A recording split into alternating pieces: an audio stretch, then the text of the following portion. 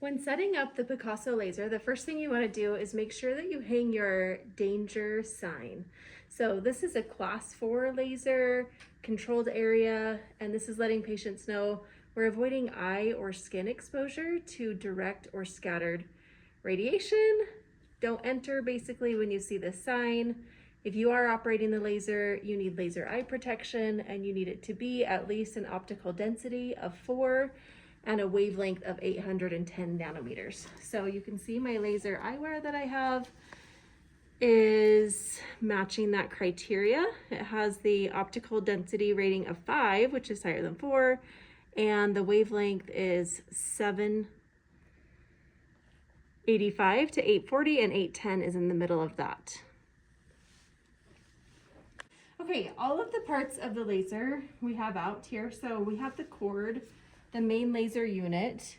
On the back of the laser unit, it shows you all the places where you need to plug things in. So let's take the cord first, and that's gonna fit in this slot.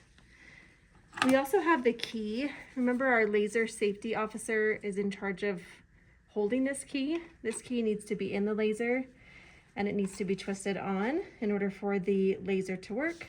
And then you need to turn the laser on there.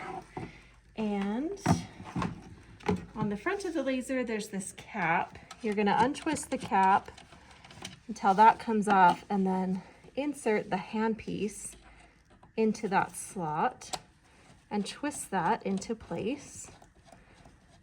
And then you're gonna take this is the laser handpiece. It has just a protective cap on it right now. You can take this spool of wire and wrap it around here, and that will help keep that out of your way. And I'm just going to set it there. So at this point, you would need to get a tip. So for the tip, remember there's the orange and the purple tips. This is a standard tip, this orange tip. And I'm just going to open this, slide it out of the package, keeping that clean, and then I'll get new gloves.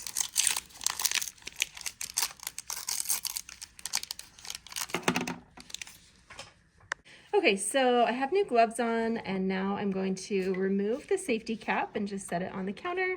I can take this tip, which is the filament's already stripped and cleaved, so it just snaps into place on the handpiece, and now it's ready to be used. For it to be used, you have to have the on switch on the back, the laser stop button on, and the key turned on, and then you'll see the home screen set up. So on the home screen, there's a couple of buttons to be familiar with. If you hit the settings button, you can first choose the language that you want. You can also choose the aiming beam intensity.